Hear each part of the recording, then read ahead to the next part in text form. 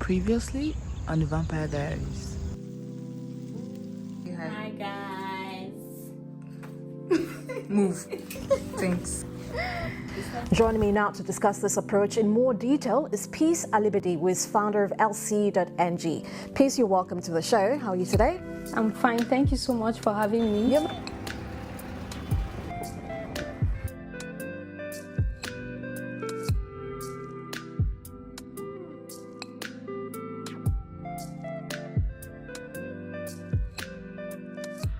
As the wedding date draws closer, I've been picking one package after another, and today this package is my fabric for the pre-wedding shoot outfit and for my Senfort outfit. Immediately I collected, I didn't even open it to see how it looked, if the colors fit or matched what I ordered.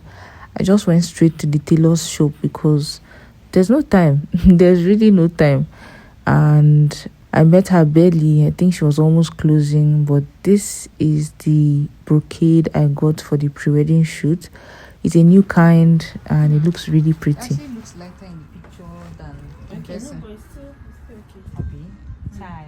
Don't become excited. It's fine. Thank you. Is it up to And this is the one I got for my Senfort. It is supposed to be sea green, so this is how it looks. Anyway, I got home and shot some videos for my brand page where I sell makeup products. I like to create content so that when I come to post, it will be easier for me. And get ready because it is now the episode where my sister was featured on Arise News. Many thanks for staying with us and welcome back to the Global Business Report here on Arise News. Our young women entrepreneurs remain excluded from formal finance, with only 23% leading registered SMEs and less than 12% of SMEs loans reaching them. Now, this persistent gap is both a gender equity concern and a critical economic challenge, limiting innovation, productivity and job creation.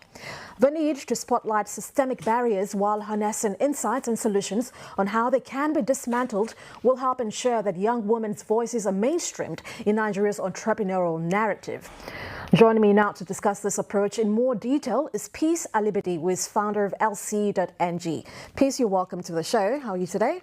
I'm fine. Thank you so much for having me. You're most welcome. We love a young female entrepreneur on the show. So let's get some more insight. We understand you in the creative arts space. Let's get some more understanding about your business and, more importantly, what inspired you to get into it. Okay. I'm the owner of LC.ng. I am a small business owner who sells jewelry and accessories. My inspiration was from my family. You know, my upbringing. I grew up seeing a lot of entrepreneurs around me.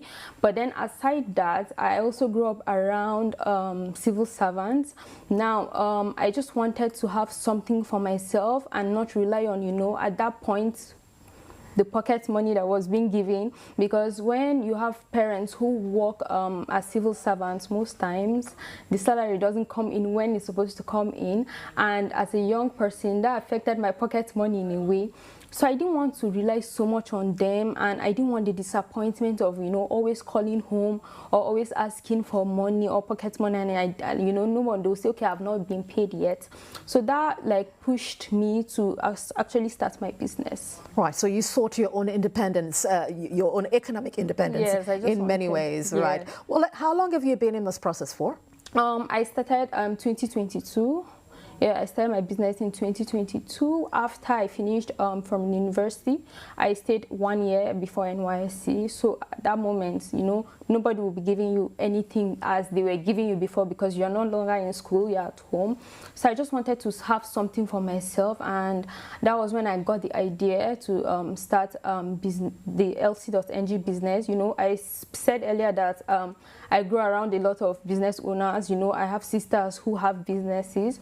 So that further pushed me to actually start something for myself too. Absolutely. So 3 years into this venture, let's talk about some of the initial challenges that you faced as a young female entrepreneur, especially when it comes to accessing finance. So it led me to where, okay, I can buy in dollar and then import to Nigeria and then sell. So my biggest issue was getting a card to pay online. Now, at a point, we could not use Naira cards to buy online. At a point, I had to use a fintech, and they stopped giving virtual dollar cards. So that has been one challenge for me. Getting loans too has also been a challenge. You know, if you want to upscale as a business owner as well, you right. And let's talk about financial literacy as well, especially when it comes to young female entrepreneurs. How important would you say this will be? Let's actually gauge your level of financial literacy. Would you say this has been important for you in this process of starting and growing your business? Because that's also important. Yes, financial literacy, I feel like it's when you start secondary school and then you have to do mathematics and English. I think for every entrepreneur, financial literacy has to be it has to be the stepping blocks for your business. I feel like when you start your business and there's no financial literacy, at a point you have to go back and learn and unlearn. Now, as a small business owner, I had to take courses on financial literacy. I had to take courses on entrepreneurship and small business. I just had to broaden my knowledge on some certain type of things. Now, if I'm looking for grants, I need financial literacy to be able to know how to write a proper business proposal to gain those grants, right? If I am looking for loans, okay, what are the criteria I need to be able to get the loan from the bank? So I feel like we need to know, and I feel most small business owners, most times we run away from mathematics. I'm speaking from myself. Now, when you have financial literacy, you know bookkeeping. Now, in as much as some of us don't like mathematics, we need to go back and learn how to study these figures, because we are dealing with money, and then we need proper bookkeeping. So we need knowledge on these things. So you cannot overemphasize the importance of financial literacy. Right, so it's very essential, pretty much. Would you say there are enough platforms that allow for you? So for instance, you went out to seek these platforms to enrich your knowledge. Would you say that there's enough support structurally for young entrepreneurs like you in terms of accessing this information to boost your financial literacy? I feel like there is support, but the reach is the problem, right? Because I was able to get this knowledge or look out for this knowledge. Now let's talk about the women in the grassroots, people in the communities, people that cannot really access this information as easy as I was able to access.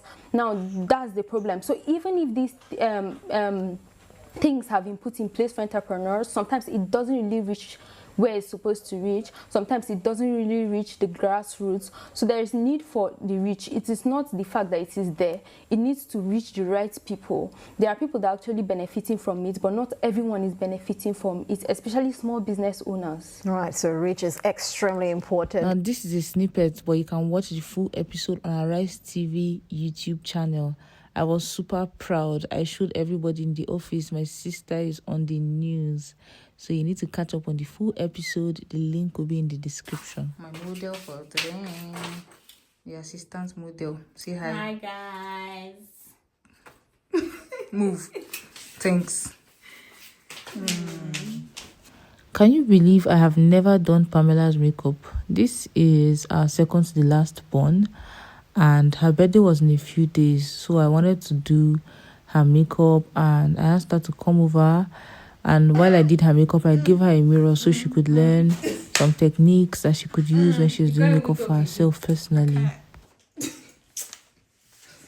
I beg. Hi.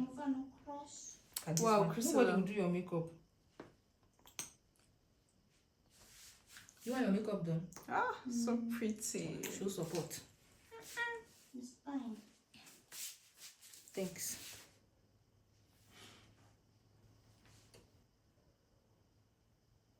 Why are you showing my online? Because I'm always online. I'm not broke.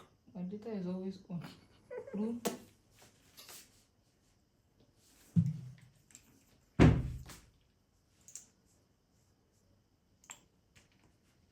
This combo slaps.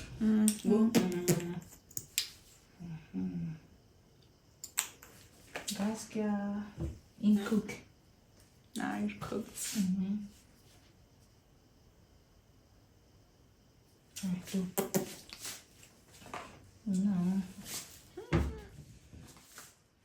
Yeah.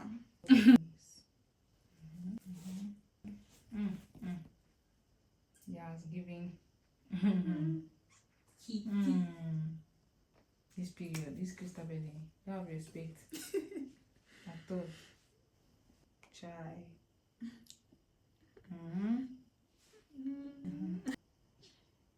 Look down.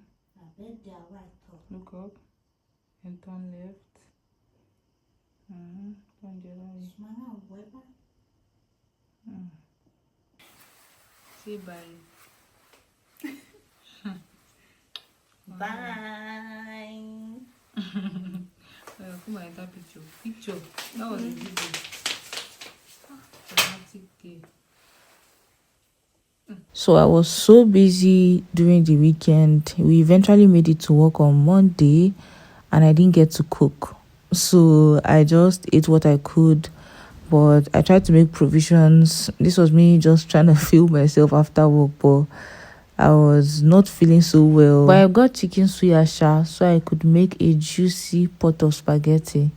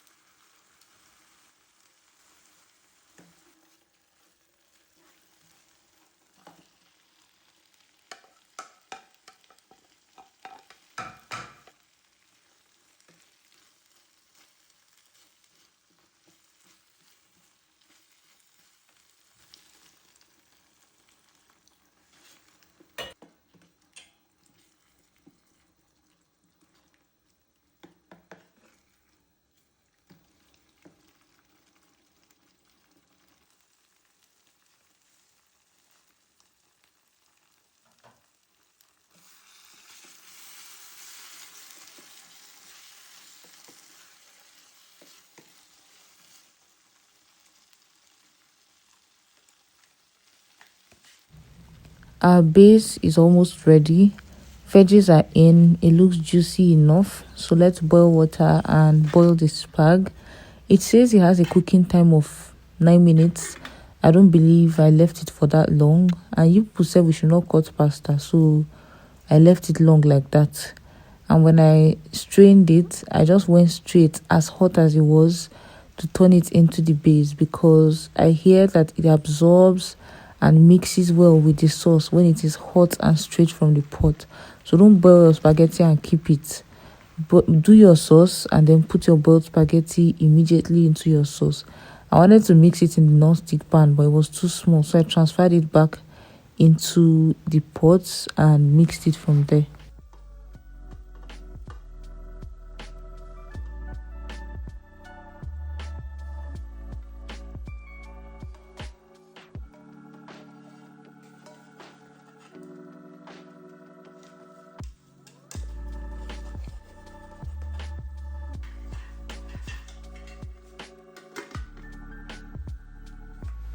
And out came this beautiful, yummy plate of spaghetti and chicken.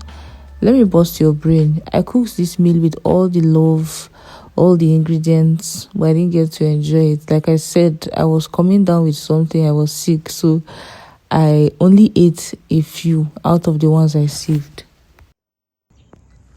Previously on the Vampire Diaries, previously on Candy's vlog, how come I cannot see anything? Like, this is my hand, that is right in front of my face, which means someone who is 10 meters away from me cannot see me. Crazy. This is Plateau State for you.